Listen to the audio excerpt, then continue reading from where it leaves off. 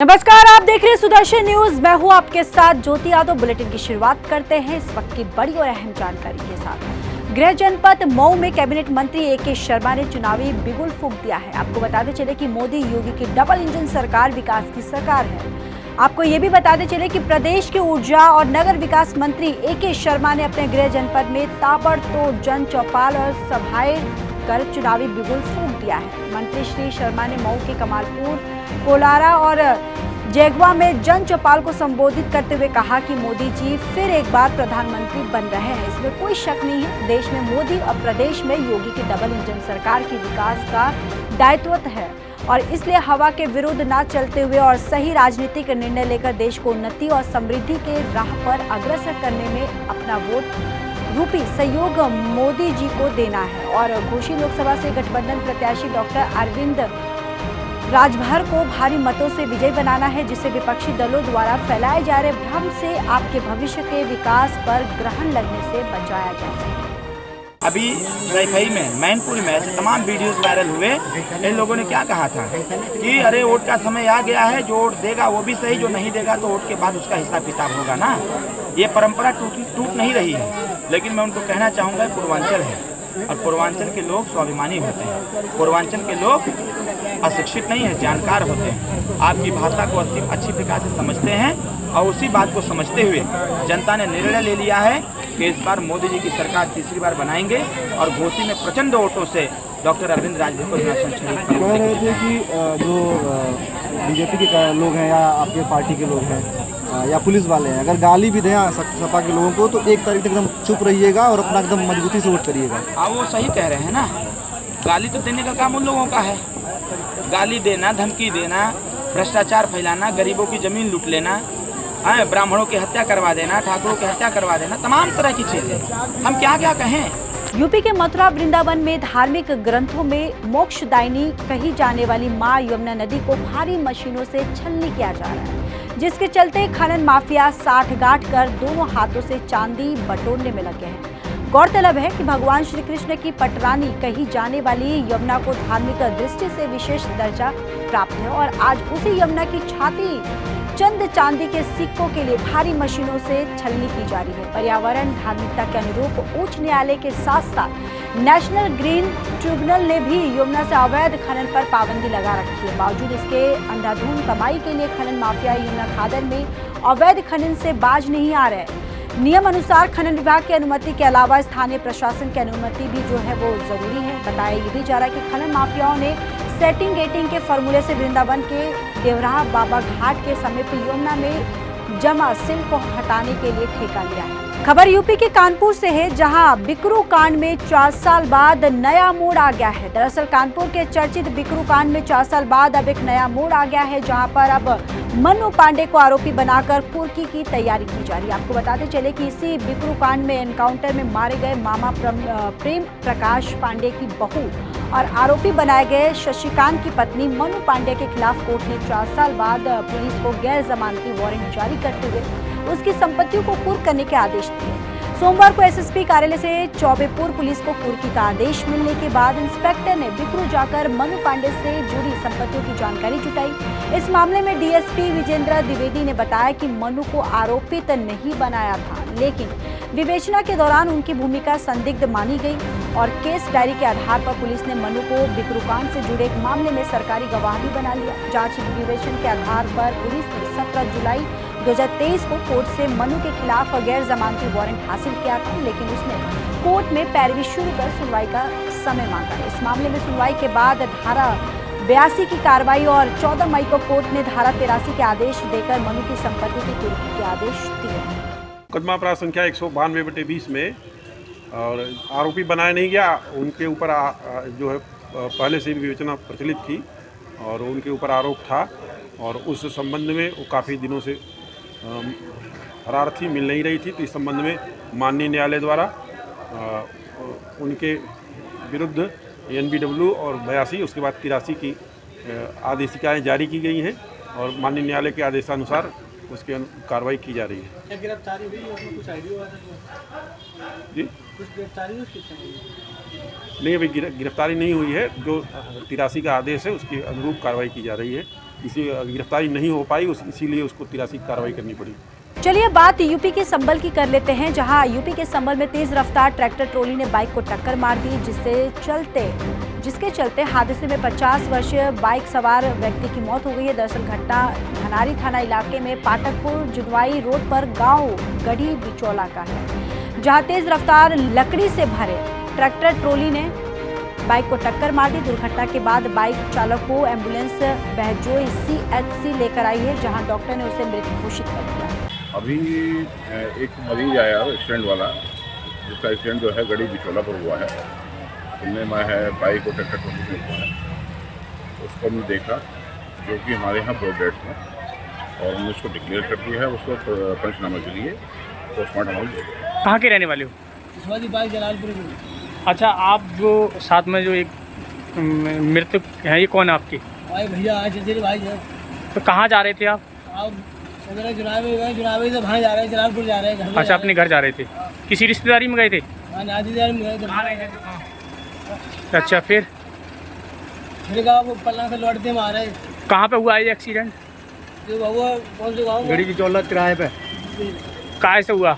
Tractor से। काय का? ट्रैक्टर ट्राली लकड़ी। अच्छा, लकड़ी थी। तो वो भाग्य के है ट्रैक्टर ट्राली वाला? ट्रैक्टर ट्राली खड़ी है, वो भाग गया ड्राइवर। यूपी के बिजनौर के धामपुर में उप जिलाधिकारी कार्यालय पर प्रदर्शन करते हुए गांव में ग्रामीणों ने शराब का ठेका बंद कराने के संबंध में एक ज्ञापन दिया। दरअसल धामपुर थाना क्षेत्र के ग्राम मटोरा दरगाह के ग्रामीणों ने आरोप लगाया कि गांव में एक नई शराब का ठेका खोला गया, जो कि गांव के मुख्य रास्ते पर है। वहीं गांव वालों का आरोप है कि जहां ये दारू की दुकान खोली गई है, उसी के पास एक स्कूल और एक मंदिर भी है। गांव की महिलाओं द्वारा आरोप लगाते हुए बताया गया कि जब से दुकान गांव में खुली है, वहीं तब से युवा पीढ़ी नशे में रास्ते में गिरे हुए पड़े रहते हैं, जिससे आने जाने वाले स्कूली बच्चों को दिक्कतों का सामना करना पड़ता है, जिसका विरोध करते हुए ज्ञापन उप जिलाधिकारी को सौंपा गया और जल्द से जल्द शराब की दुकान हटवाने की मांग की गई। माननीय जिलाधिकारी महोदय के यहाँ हमने ये एप्लीकेशन दी है कि ग्राम मटोरा दुर्गा में शराब की नई दुकान खुली है, जो गांव में जाने का मेन रास्ता है, और वहाँ से शिव मंदिर की दूरी 150 मीटर है। गांव में एक विद्या मंदिर है। गांव की कुल आबादी 1350 है।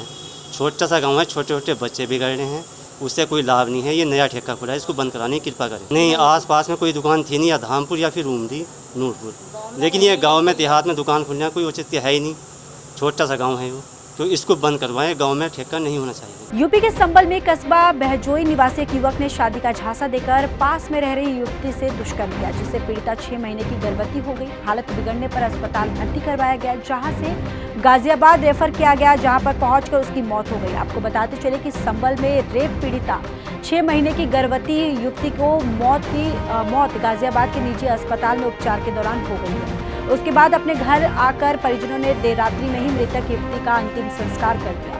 आपको ये भी बताते चले कि पीड़िता दुष्कर्म से गर्भवती हो गई और इलाज के दौरान उसने दम तोड़ दिया। पीड़िता के पिता ने न्याय की गुहार लगाते हुए पुलिस पर लापरवाही और दबाव बनाने का आरोप लगाया। तो वहीं देखना होगा कि आखिर स्थानीय प्रशासन इस मामले पर आगे आकर इस मामले पर क्या उचित कार्रवाई करता है और पीड़िता के परिवार को कब न्याय दिलाता है। दिनांक 17 अप्रैल 2024 को थाना बहजोई के अंतर्गत कस्बा बहजोई की एक पीड़िता ने अपने ही मोहल्ले के सजाती युवक कमल पुत्र तेजपाल के ऊपर शादी का झांसा देकर दुष्कर्म किए जाने का आरोप लगाया था।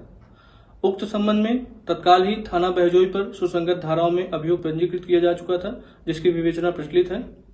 उक्त प्रकरण में अग्रिम विधिक कार्रवाई करते हुए अभियुक्त कमल पुत्र तेजपाल को गिरफ्तार किया जा चुका है तथा अग्रिम विधिक कार्रवाई प्रचलित है।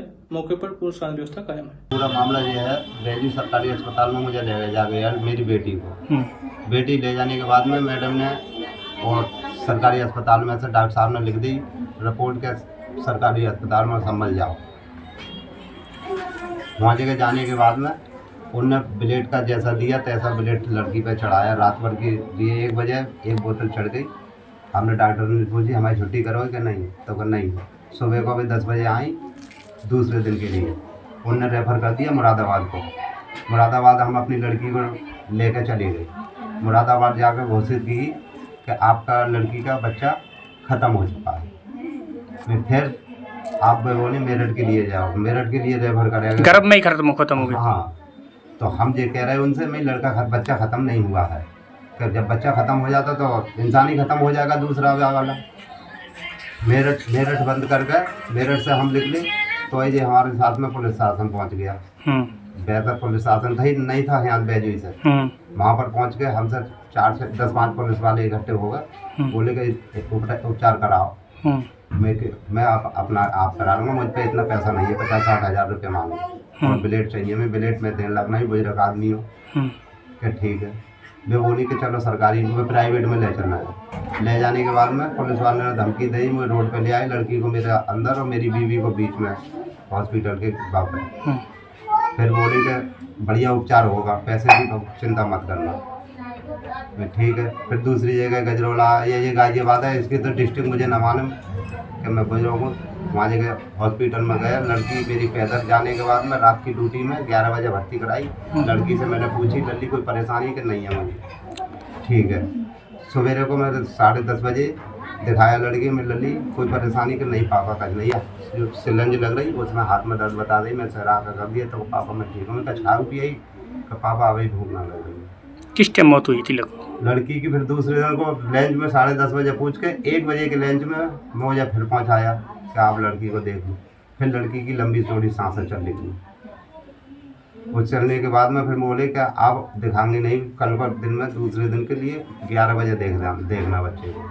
मेरे परिजन पहुँचे 11 बजे रात के, दूसरे रात को तारीख में, तो बच्चों को दिखाया कि अभी नहीं दिखाया जाएगा। 11 बजे देखा तो लड़की मेरी बिल्कुल वो ऑक्सीजन की हिसाब से सांस ले रही। ऑक्सीजन हटाते कर लड़की मेरी खत्म। अंतिम संस्कार कर दिया? अंतिम संस्कार मैंने रात कराया 11:40 पर। बेटा झूठ बोलो ला के डेड बॉडी पोस्टमार्टम करा तो मैंने अंतिम संस्कार कर दिया। क्या चाहते हैं अब जो चाहते हैं हमारा आगे को थ्रू हमारा लड़की का कोई न्याय मिला, और हम तो छोटे आदमी हैं, जी न्याय नहीं मिला। 1 महीने में भाई दौड़ कर ली, सब जगह भाई दौड़ लिया। आपने नवाना लड़का पक्ष ने। अच्छा, लड़का जो भेजा है कितने दिनों बाद भेजा है? लड़का 1 महीने 5-7 दिन बाद गया है लमसम। 14 तारीख से स्टाम्प की मैंने थाने में, मेरी तारीख 14 मना ली। 17 तारीख से मुकदमा मैंने वकील को करा कर गया, उस समय से चालू हुई। 17 से समझ लो कल 19 तारीख हो गई, 18-19 तारीख में लड़का पकड़ा गया है। यूपी के कानपुर में अधेड़ उम्र की महिला पर फर्जी मुकदमे का मामला सामने आया। आपको बताते चलिए कि कानपुर में एक महिला का गोदाम कब्जा होने के बाद से पीड़िता लगातार पुलिस और डीएम कार्यालय के चक्कर काट रही है। पीड़ित महिला का कहना है कि पुलिस ने उनके ऊपर झूठा मोटर चोरी का मुकदमा भी दर्ज कर लिया। दरअसल कानपुर के किदवई थाना क्षेत्र के निवासिनी चित्रा बाजपेयी ने पुलिस कमिश्नर कार्यालय पहुंचकर अधिकारियों से कई दबंगों पर गोदाम कब्जाने का आरोप लगाया। उनका कहना है कि जूही में उनका बर्तन का गोदाम है, जहां करीब 8 से 10 लाख का माल है वो रखा हुआ है, लेकिन प्रॉपर्टी के लालच में अमृत और उसके साथियों ने गोदाम सहित मंदिर की जमीन को कब्जा कर लिया है।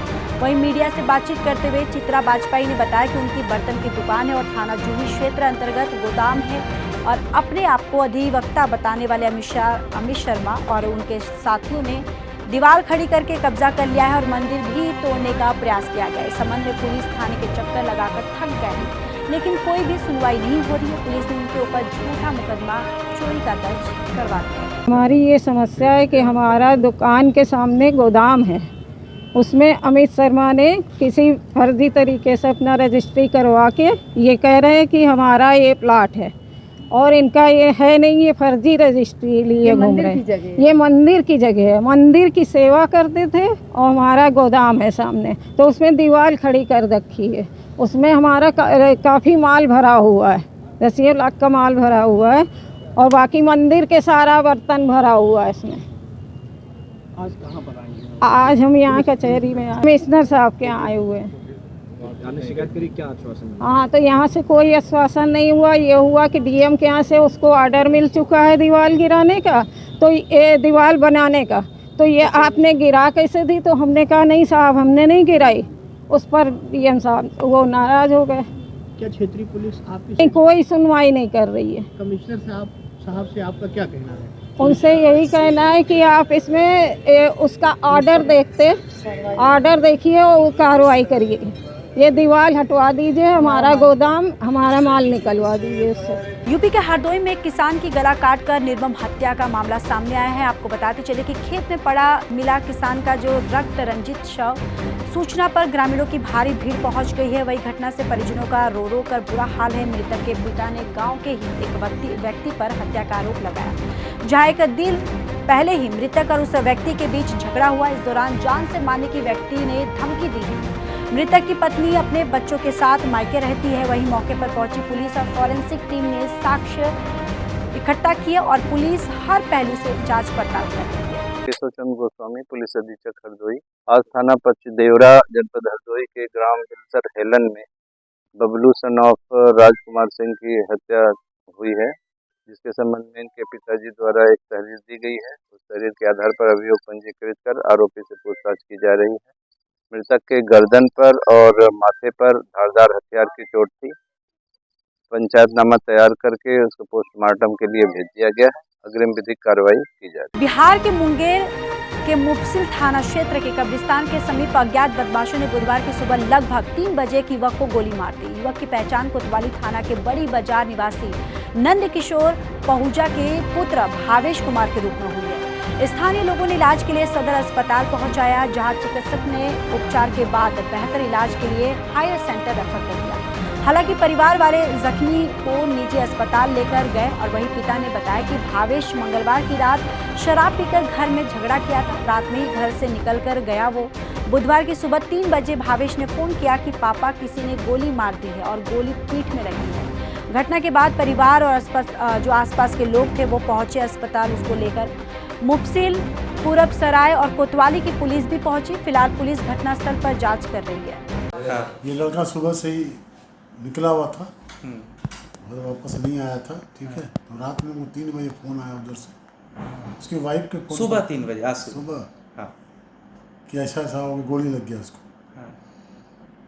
तो मैं उठा, फिर बातचीत किया, लड़के से मैं बात किया, पापा जल्दी आए, हमको गोली लग गया। कहाँ पर आया, कहाँ पर बुलाया वो आपका मुफस्सिल के आगे, बरधा या कहीं मुफस्सिल के आगे एक मजार बाजार है। हाँ हाँ हाँ, मजार के पास ही कहीं पर बताया।